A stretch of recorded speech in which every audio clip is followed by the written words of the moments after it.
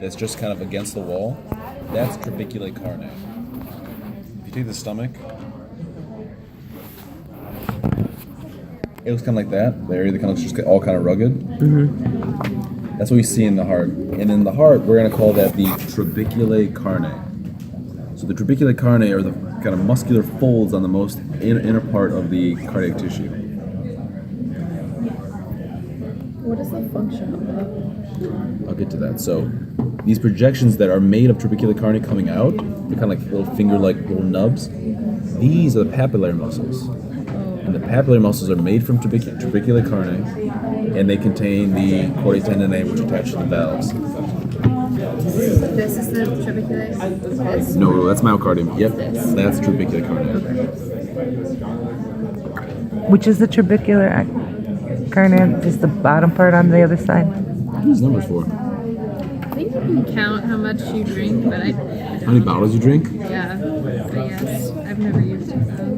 That's kind of cool. That is kind of cool. I drink a lot. I have like those big water bottles, and I probably do like one class at least. It's bad. I do it too. It's a I good gave thing. blood and they're like, you drink a lot of water, don't you? Can you tell? Yeah, so that was the trabeculae carne, papillary muscles, chordae tendineae. You guys seem to know the valves pretty well. Where did you say No. myocardium was?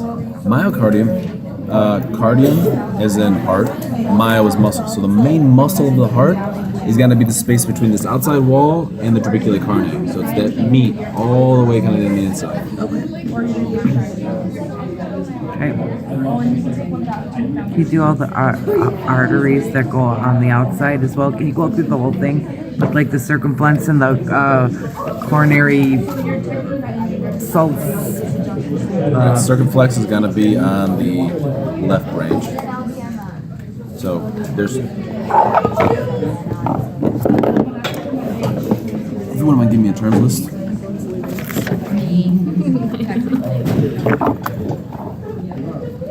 So for our heart, we need to supply blood to that muscle because we have muscle in our heart.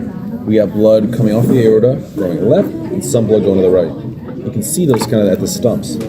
Right there is where blood's going to come out to the left, and right there is where blood's going to come out to the right. And so if they were to tag either of these dots, you'd say coronary artery, but which one? On this side, it's the left coronary artery, and on this side, the right.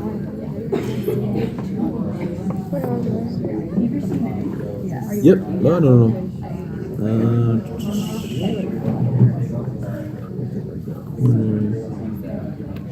Oh, they're up here. The third one down. Oh. Yep. So left is obviously going to the left, right's obviously going to the right. Now you can better represent those nerves, or vessels kind of coming off here. Now off the left, so let's talk about blood flow going to the left.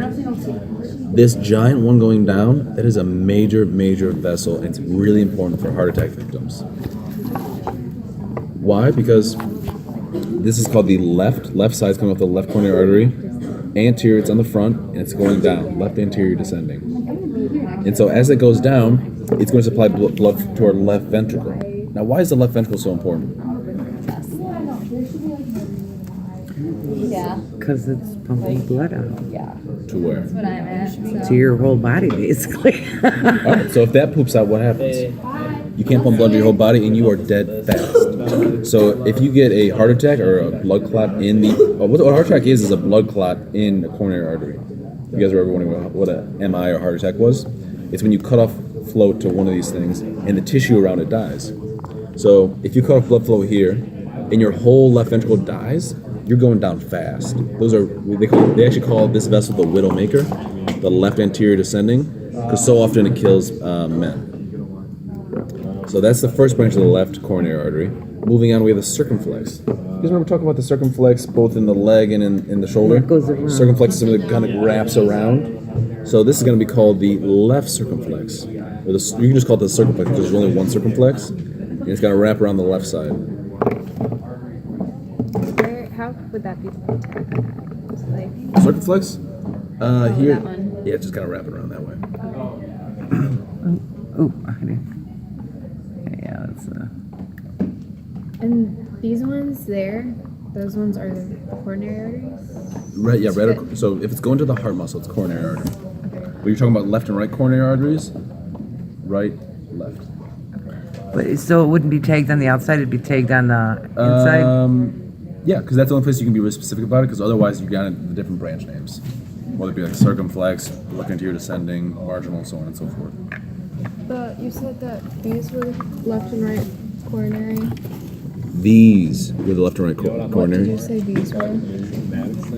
Sorry. What's this first one? 2 weeks later, comes around and You know where it is. Coming off the left, It's the left, on the front, going down. left anterior descending. Exactly.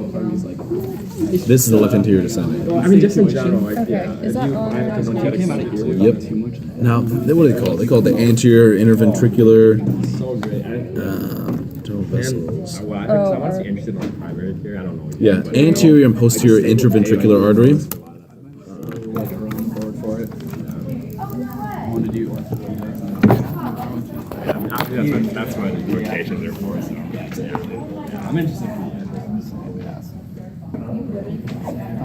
I honestly don't want to. I'm lazy. I do not want to stay in school.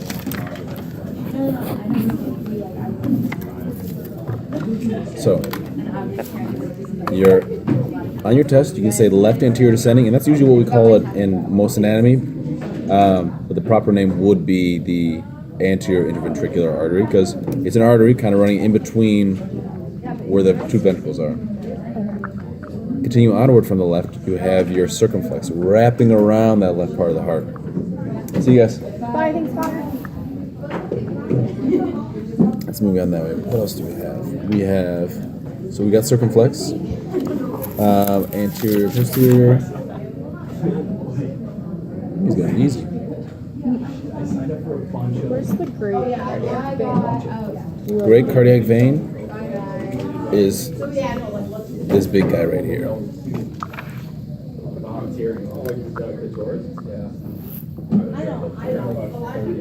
So, these two are the ones that wrap around. So in the front, that would be the anterior interventricular artery rather than the. Or the LAD. The left anterior descending, yeah. Okay. Where's the opening of the coronary sinus then? Because I thought that was the So we'll get there. great cardiac vein. So the great cardiac vein is, you can see it within this region, but it's not the whole thing. So the coronary sinus is this kind of blub where all the blood kind of will pool right there. Okay. Now the great cardiac sinus is taking all the blood from all the way around the heart and bringing it to this point, and then it goes to the coronary sinus. So see where that number is? To the right is going to be the coronary sinus. Okay. Everywhere to the left is going to be great cardiac vein.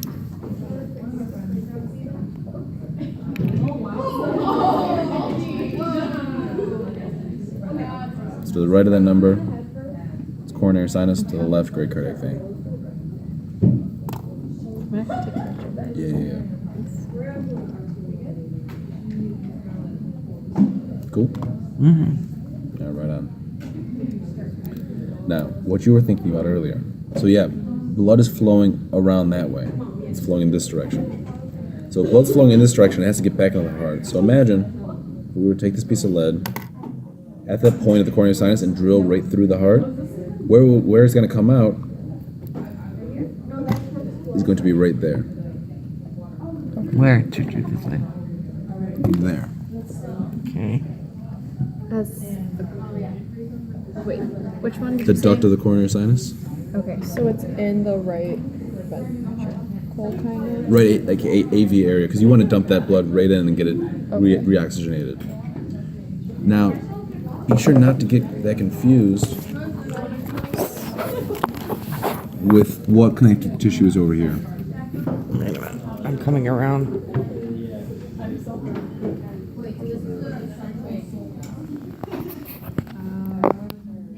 Fetal development, that sound familiar? That's one, but not this one. You're onto it. What were the two connective areas?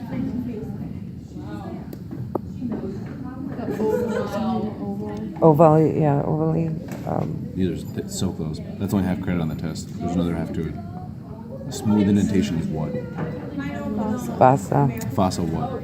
Overlay. You got it. Valley. So do not confuse the coronary sinus duct, which you can find on the AV area, with the fossa ovalis.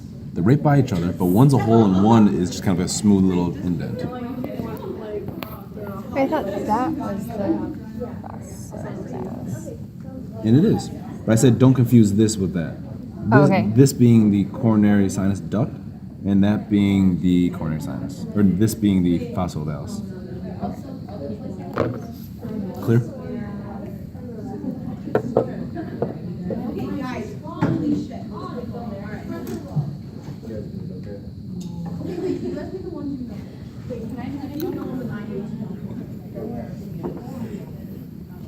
How do you feel for tomorrow?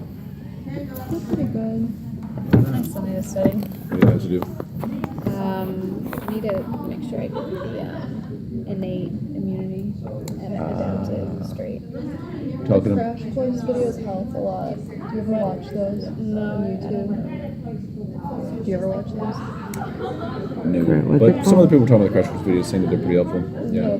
They just like kind of dumb it down to like understand it and then get more complex with our minds. Yeah. Or like as a review kind of. You can just YouTube them when they come up. Okay. I'll give it a